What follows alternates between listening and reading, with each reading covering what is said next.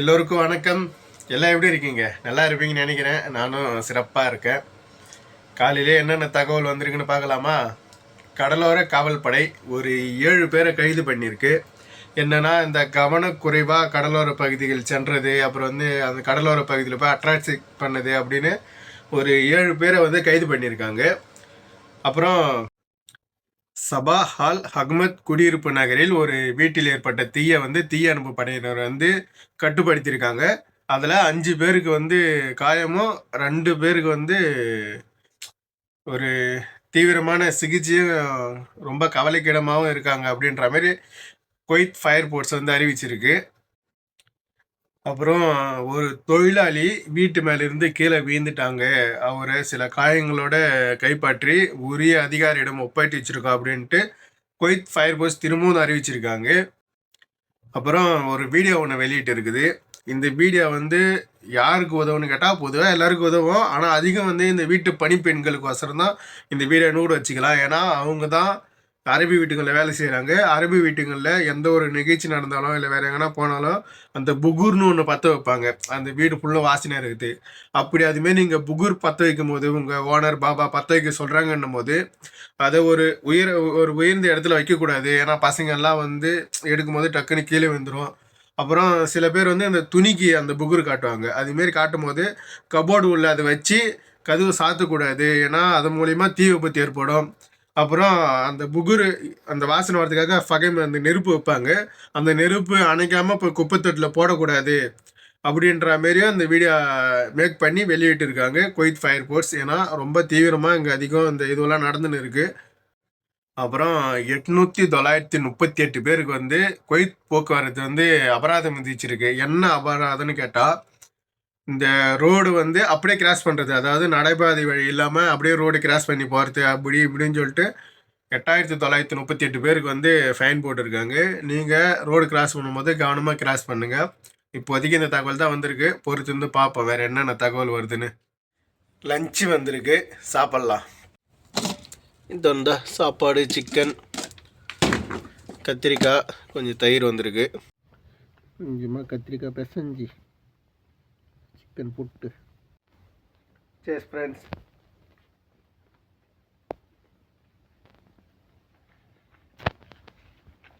சூப்பராக இருக்குது, சாப்பிடுவோம். மேடத்தோட அக்காவும் அவனி ஸ்மால் இட்டுன்னு வந்திருக்காங்க.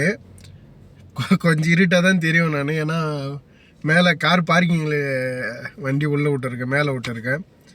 சரி, நம்ம உள்ளே போய் எப்பயும் போல் அந்த ஹைப்பர் மேக்ஸ் அந்த ஜமையில் ஏதாவது ஆஃபர் இருக்குதான்னு பார்த்து நம்ம சப்ஸ்கிரைபருக்கு ஷேர் பண்ணிக்கலாம். உள்ளே போகலாம். ஆஃபரில் எதுவும் பெருசாக இல்லை. 1.5 தினாருக்கு இந்த டிஷர்ட்டு பார்த்தேன், நல்லா இருந்துச்சு. இது ஒன்று எடுத்துக்கினேன். அதுக்கப்புறம் 1 தினார் 795 ஃபில்ஸில் இந்த சட்டை பார்த்தேன், இதுவும் எடுத்துக்கினேன். ஏன்னா சுத்தமாக போட்டுக்கு துணியை இல்லை, ஒரு 4 துணியை மாற்றி மாற்றி போட்டுனுக்கிறேன் அப்படின்ட்டு. அப்புறம் இந்த டீ பேக் எல்லாம் 1 தினார் 1.25 தினார் 1 தினார் 190 ஃபில்ஸ் அப்படின்ட்டு ரேட் எல்லாம் கம்மி பண்ணி வச்சுருந்தாங்க. ஆனால் நான் இப்போ வாங்கி ஒரு பிரயோஜனமும் இல்லை. இந்த கரெக்ட் டீ 1 தினார் 250 ஃபில்ஸ் உண்மையிலே நல்லாயிருக்கும். 30 பேக் இருக்குது சின்ன சின்னதாக. அப்புறம் வழங்கும் போல் எப்பயுமே இருக்கிற அந்த நெஸ்காஃபி, சாக்லேட்டு எல்லாம் வச்சுருந்தாங்க. ஆனால் பெருசாக எதுவும் ரேட்டு சொல்கிற மாதிரி இல்லை. இது 2 மட்டும் 3 தினாருக்கு வாங்கினேன். வீட்டுக்கு போயிட்டேன். 4:30 மணிக்கு அவனீஸ் எட்டுன்னு போனாங்க. இன்னும் வீட்டுக்கு எட்டுன்னு போகல. அவனீஸில் பொருள் வாங்கிக்கின்னு அவனீஸ் விட்டு வரும்போது ஒரு 8 மணி இருக்குன்னு நினைக்கிறேன். அப்படியே நேராக அந்த முருங்கைத்தழைக்கு வேணுன்ட்டு குமார் முருங்கைத்தழை எங்கே இருக்குன்னு கேட்டாங்க. அப்போ லூல் ஐப்புன்னு என் வாய் குத்து நானே மாட்டுற மாரி லூல் ஐப்பில் இருக்குமாமான்னு சொன்னேன். போய் அது ஒன்று வச்சுருக்காங்க, தெரியுதா பின்னாடி. இங்கே மேடத்தோட அக்கா வீட்டுக்கு ஒன்று வாங்கிக்கின்னு அப்புறம் அவங்க தங்கச்சி வீட்டுக்கு, மேடத்தோட அக்காவோட தங்கச்சி வீட்டுக்கு இட்டுன்னு வந்திருக்காங்க. ஐயோ இங்கே எதாவது உட்காந்துருக்கேன்னா டைம் இப்போ 9:13 ஆகுது. தெரியுதா? எங்கே தெரியுது? எத்தனை மணிக்கு வீட்டுக்கு போவாங்கன்னு தெரில. ஒரு 5.5 மணி நேரமாக வெளியவே சுற்றின்னு இருக்கிறேன். கசன்னு இருக்குது. கொஞ்சம் போய் ஏசியில் இருந்தால் தான் நிம்மதியாக இருக்கும். ஒரு வழியாக மேடம் வீட்டுக்கு இட்டுன்னு வந்துட்டாங்க. டைம் இப்போது 10:15 ஆகுது. குவைத் கடல் வழியாக குவைத்துக்குள்ளே ஈரானுடைய புரட்சிகர படை அதில் சம்மந்தப்பட்ட ஒரு 4 பேர் குவைத்துள்ள என்ட்ரி ஆகியிருக்காங்க.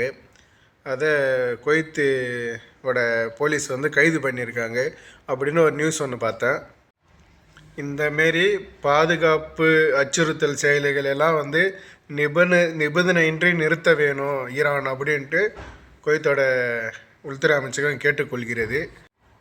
அப்புறம் குவைத்தோட வெளியுறவுத்துறை அமைச்சர் அவர் வந்து ஈரானுடைய தூதரை வர வச்சு ஒரு கண்டனத்தையும் தெரிவிச்சிருக்காரு. இந்தமாரி செயல்களெல்லாம் செய்யக்கூடாது, இது வந்து நட்பு நாடுகளான எதிர்ப்பை வந்து நீங்கள் சம்பாதிக்கிறீங்க அப்படின்ற மாதிரி ஒரு கண்டனத்தையும் பதிவு பண்ணியிருக்காருன்னு ஒரு நியூஸ் ஒன்று வந்திருக்கு.